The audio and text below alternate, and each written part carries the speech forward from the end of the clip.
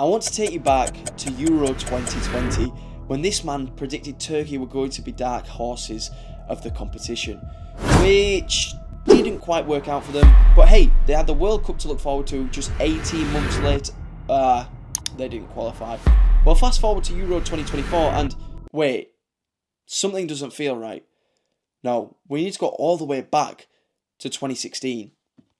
Here we are, Euro 2016, where Turkey finished above Netherlands in their qualifying group to get into the competition. But sadly, Turkey would bow out in the group stage after losses to Croatia and Spain, but finishing on 3 points with a win against the Czech Republic. Then we moved to Euro 2020, where Turkey had an even better qualifying campaign, losing just one match in the process. And they were poised to be dark horses of the competition, especially by this man. But again, come the big stage at Euro 2020, they finished bottom of their group, losing all 3 matches against Wales, Switzerland and Italy, who obviously will go on to win the competition, to my despair. Now fast forward to Euro 2024, where Turkey had a really good group stage, getting 2 wins and 1 loss, earning themselves qualification to the round of 16, where they would be underdogs against Ralf Rangnick's Austria, who play incredibly high intensity attacking football, and just come off the back of a huge win against the Netherlands and also beating Poland. But to the surprise of many, Turkey were victorious, and this was one of the best matches I watched at the Euros. 2 attacking teams just going at each other for 90 minutes. There were some huge moments in that game and it was just so exciting. I couldn't even take my eyes off the game. It was just incredible. And then sadly, Turkey humbly bowed out to the Netherlands in the quarterfinals after an incredible competition, where they had their second best finish in a Euro competition. First obviously being 2008, where sadly they were knocked out in the semi-final. But they didn't seem to have much hype leading up to this competition, because in the 5 matches leading up to the competition, they'd been in abysmal form, and yet an incredible competition.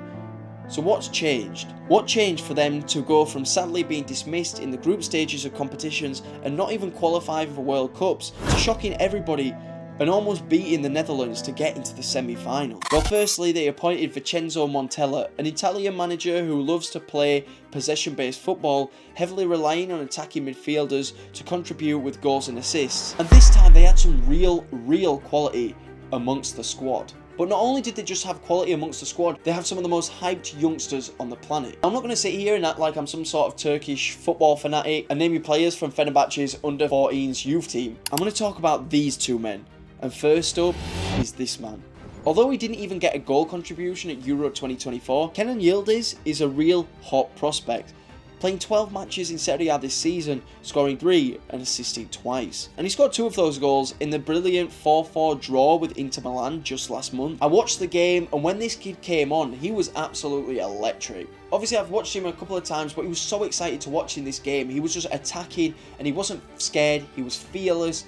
He was running at defenders, and I was surprised to learn that he's only 19. I thought he was 22, 23, and he actually made history in that game. He became the youngest player to score at least 2 goals in a match between Inter and Juventus in the history of the Serie A. But he looks absolutely amazing for his age. And at the age of 19, he's now looking like a regular starter for Thiago Motta at Juventus, and he has the world at his feet.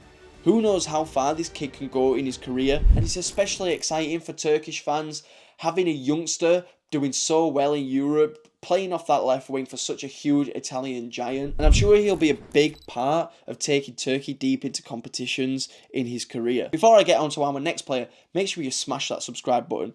Thank you. Arda Guler is another brilliant young talent for Turkey, but unfortunately this part of his career is slightly different to Kenan Yildiz. You see, where Yildiz is getting regular game time and scoring in the big games, things are slightly different for Arda Guler. He's really struggling to get time at Real Madrid. Obviously Real Madrid have massive amounts of attacking options, so it's going to be hard to break out in a team like that, but we're just going to ignore that for just 1 second. The talent this kid has is out of this world. He showcased it at Fenerbahce, and obviously you don't earn yourself a move to Real Madrid at 18 if you're not seriously talented. And he also got huge praises from Mesut Ozil when Mesut Ozil was asked Messi or Ronaldo, and he said Arda Guler. Do you know how good you are for one of the best modern attacking midfielders to regard you that highly?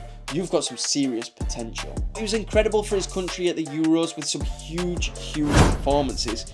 He really showcased how good he is with his assists. Passing ability is out of this world, grabbing a huge assist from a corner against Austria in that huge game I've just talked about, and he obviously scored that beautiful goal against Georgia. And we got that very famous commentator, I'll play it very quickly now. Attention, il va falloir travailler sur le canayade. Arda, Guler!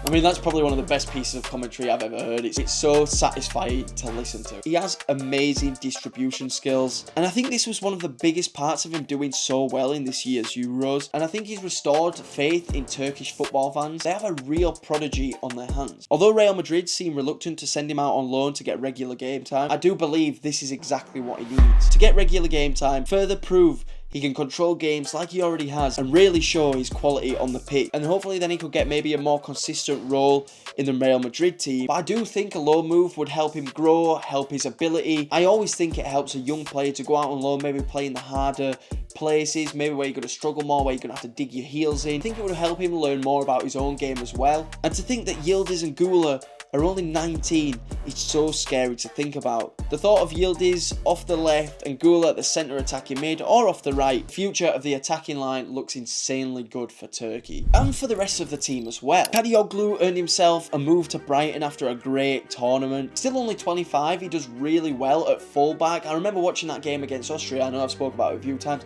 He was bombing up and down that line relentlessly. The engine he has is insane. He was non-stop running and had some beautiful crosses into the box as well. And he also scored that beautiful goal against Liverpool just earlier this season. It was a fantastic finish, but he's really good in possession as well. He controls the ball well, he's good with the ball at his feet. And again, another player that's really good on the front foot, that's really good at going forward. And in the middle of the park, Orkun Koksu. I probably butchered that name, I'm sorry if I have, but he's had a great start to the season in Portugal. 11 games and 5 goal contributions, and again, still only 23. Turkey have a team filled with excitement, with talent, as well as some experienced heads in there as well, like Hakan Çalhanoğlu.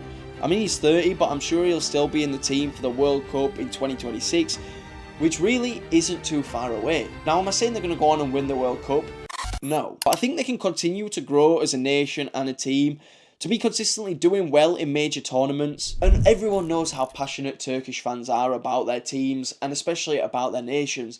And I think it's great that they're going to have a team to be proud of. Obviously, they've always been proud, but for a team to go on and challenge in competitions like they have just this year. And I do think this team will benefit most from an attacking style of football, whether that's under Montella or another manager that likes to control the ball and play on the front foot. They have some incredible talent in the ranks that will have matured by the time the next major tournament comes. Do you think Turkey will qualify for the 2026 World Cup? Look, it'll be pretty embarrassing if I've just made this whole video talking about how good they actually are and what they could go on to do, and then they don't. But I do think they can do this. I think it'll be a huge thing for them. Let me know what you think down in the comments. And if you want to know why Harry Kane is one of the most disrespected footballers of all time, click here and I'll see you there.